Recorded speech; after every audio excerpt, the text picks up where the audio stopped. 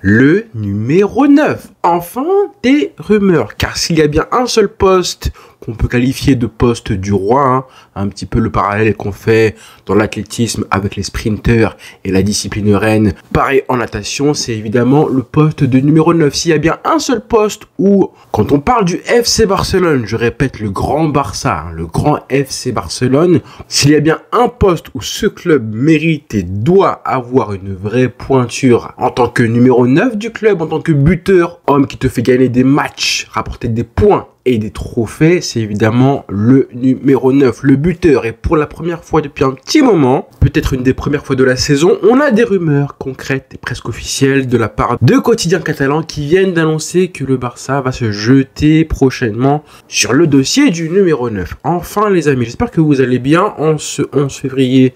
Il est 12h30, c'est l'heure du repas, la pause déjeuner pour beaucoup d'entre vous. Aujourd'hui ce midi, actu du Barça, actu mercato, puisque là on a des rumeurs assez intéressantes concernant le numéro 9. Et c'est comme ça justement que le Barça doit travailler. On parle du poste de numéro 9. Donc c'est un dossier, des discussions, des négociations et éventuellement une conclusion qui vont prendre du temps. Là, il faut pas se louper. Hein. Là, il s'agit vraiment de trouver le numéro 9 en puissance qui va succéder à Lewandowski. La pointure, le joueur qui colle parfaitement au jeu du Barça, au jeu de flic, avec des qualités idéalement qui collent à ce que le Barça d'aujourd'hui demande. On sait que la Masia n'est pas forcément, et n'a jamais été en fait, tout simplement, n'a jamais été ce réservoir qui va te fournir un numéro 9 que tu formes au club et qui ensuite va être titulaire indiscutable au Barça. Bah non. Historiquement, le Barça a toujours recruté des grandes stars à ce poste-là et j'ai envie de dire que tant mieux en fait. Le mercato, c'est souvent un moment où t'es excité, t'es hypé par le fait qu'un joueur vienne au club. Quand tu fais une grosse signature, un numéro 9 en puissance, même quand c'était Lewandowski, 34 ans, qui vient au Barça en 2022, on était hypé comme pas possible. Et évidemment, c'est pas n'importe qui, d'accord. Mais on est toujours hypé, quoi qu'il arrive, par la venue d'un numéro 9. Hein. Historiquement, les Zlatan Ibrahimovic, les David Villa, les Eto'o et les Suarez, surtout Suarez, en 2014, quand ils sont arrivés au Barça, on était hypé comme pas possible. Parce que tu sais que le Barça doit ramener du lourd, va ramener du lourd et se doit de ramener du très très lourd à ce poste-là. Fini les Braithwaite, les Ferran Torres, les Ansu Fati, les Memphis Depay, les Ferran Rudgla, les Abel Ruiz et j'en passe et des meilleurs. Là, on veut du lourd et Dieu merci, aujourd'hui, on a des nouvelles de l'émission Chiringuito, mais pas seulement, du quotidien sport aussi, qui nous parle de Victor Gyökeres et d'Alexander Isak, enfin. Ou plutôt qui nous reparle des deux joueurs suédois parce qu'on savait qu'ils étaient déjà appréciés par les dirigeants du Barça. Cette fois-ci, on le sait, c'est confirmé. En tout cas, c'est confirmé. Donc là, on va pas s'exciter. On a juste des premières rumeurs qui sont arrivées du coup hier soir dans la nuit sur l'émission Chiringuito avec un journaliste que vous connaissez très bien, à savoir José Alvarez, hein, qui a été à l'origine de pas mal de rumeurs. Niveau fiabilité, il est assez bon malgré le fait qu'il travaille pour Chiringuito et son émission folklorique. José Alvarez nous informe que le Barça a fait d'Alexander Isak l'objectif principal pour cet été 2025. Le joueur suédois de 25 ans sera la cible principale du Barça pour cet été. Je rappelle que le joueur de 25 ans joue à Newcastle depuis maintenant 2022, qu'il a signé, qu'il a un contrat jusqu'à 2028, un contrat de très longue durée, qu'il est quand même auteur de 17 buts cette saison en Première Ligue, troisième meilleur buteur derrière Mo Salah et Erling Haaland, c'est quelque chose. Hein. Là, ce qu'on voit de lui cette saison, c'est vraiment quelque chose. Hein. Mais ça me glosse un petit peu des regrets parce que il était en Espagne, en Liga, on le suivait depuis très longtemps, même depuis 2020. On le voyait tous les 3 jours avec la Real Sociedad, on était au courant de son talent, à part ceux qui ne suivent pas vraiment la Liga, on le savait à quel point il était fort, même si il a progressé énormément, il était moins cher à l'époque. Là, on parle d'un transfert qui apparemment dépasserait facilement les 100 millions d'euros, puisque Newcastle réclamerait au conditionnel 180 millions d'euros pour le transfert d'Alexander Isak. C'est beaucoup, hein. Mais en vrai, c'est le prix, hein. Pour moi, c'est le prix. 25 ans, joueur qui évolue en Première Ligue, qui a une cote énorme, qui explose, qui est rapide, qui est puissant, technique, ce que vous voulez, qui a un contrat de longue durée 2028, forcément, ça coûte très cher. Mais ça reste pour beaucoup, et moi inclus, pas mal de supporters du Barça pensent que c'est le candidat numéro 1, le joueur le plus idéal par rapport à ce que demande Hansi Flick, par rapport aux besoins du Barça aujourd'hui, par rapport aussi au potentiel du Barça, ça reste, je pense, le profil le plus adéquat à ce que demande Hansi Flick. Il est rapide, puissant, technique, il a un bon jeu dos au but, il a un bon jeu associatif, hein, c'est pas un joueur, tu lui passes le ballon, l'action elle est terminée, elle est finie, forcément il finit par une frappe, non c'est pas le cas, tu peux combiner avec lui et prolonger un petit peu l'action, ça c'est important, hein. Quand on voit Lewandowski, c'est hyper important. Maintenant, ça reste cher, on le sait. Moi, ce qui m'intéresse le plus, hein, parce que ça paraît quand même compliqué vu le prix du joueur et vu la source aussi, hein, parce qu'on va pas se mentir, ça reste très compliqué d'être fiable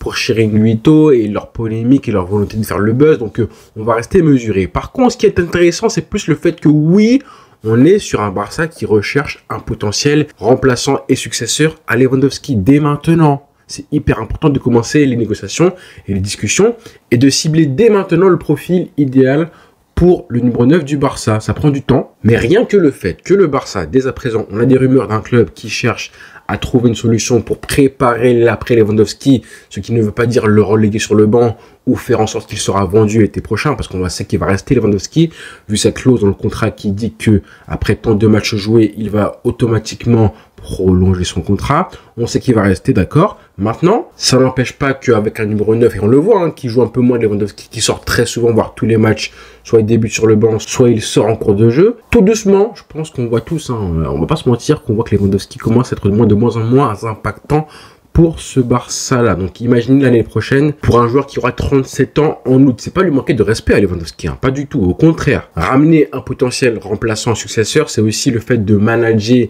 et de ménager le plus possible le joueur, faire en sorte que quand il joue et le temps qu'il joue, il soit performant pour ne pas être livré physiquement, éprouvé physiquement face à des défenseurs tous les matchs 90 minutes.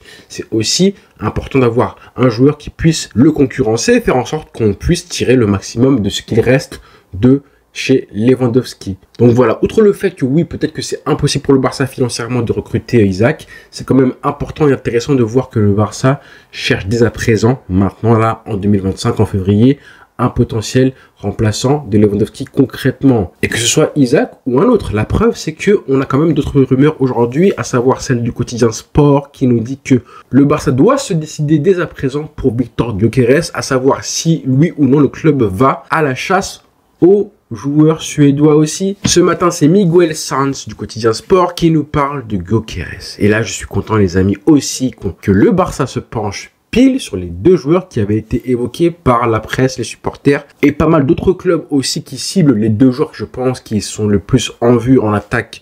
Je pense on parle des deux révélations de la saison à ce poste de numéro 9, on va pas se mentir, donc c'est facile, d'accord. Il y a pas mal de clubs qui sont sur le coup. Et on apprend dans l'article que le Barça aurait toutes les armes pour aller sur le joueur suédois du Sporting Lisbonne, à savoir de très bonnes relations avec les dirigeants portugais. Le club aussi a une option à la revente de Trincao si jamais il était vendu par Lisbonne. Et apparemment, le club lisboète serait intéressé par Vitor Roque. L'article de Sport dit par contre qu'il y a pas mal de dirigeants qui sont pas forcément fous à l'idée de prendre Gyökeres. Il fait pas forcément un consensus et l'unanimité absolue auprès des dirigeants, malgré 34 buts en 34 matchs cette saison.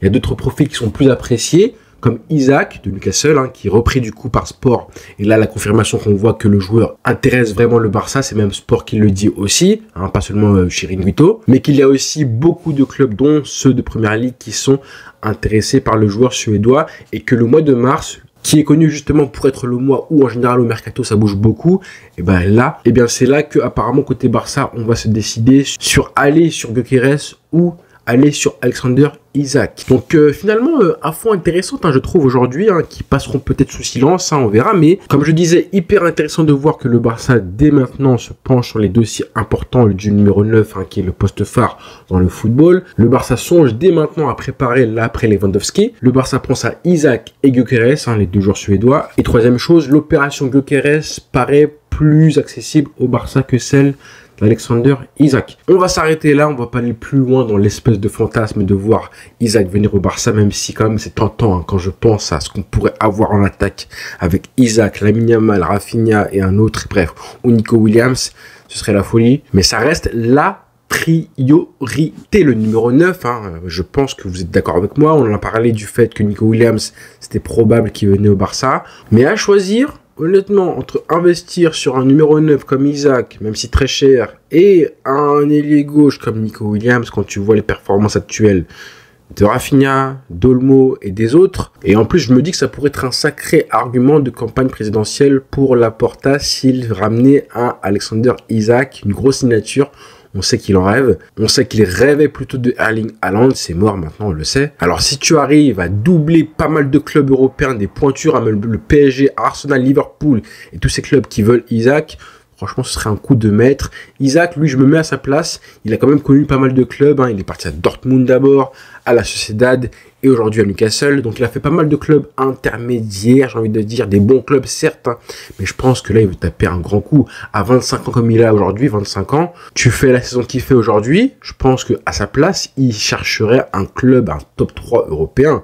Real, Barça, Bayern, Liverpool si vous voulez.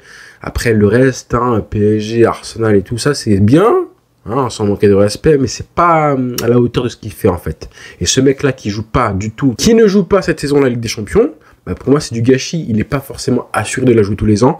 Il l'a fait il y a 1 an. Mais si jamais dans les prochains jours on continue d'entendre des rumeurs qui disent que Isak est intéressé par le Barça, etc., moi ça me surprendrait pas du tout. À voir ce qu'il en sera évidemment pour les négociations, les discussions et la possibilité ou non de faire le transfert. Mais si on a des rumeurs d'un joueur qui veut aller au Barça, moi ça ne me surprendrait absolument pas du tout. Donc il faut absolument saisir l'occasion. Messieurs, Laporta Déco, c'est à vous. Donc voilà les frères pour l'actu du jour. Bonne journée à tous et rendez-vous très vite. Ciao.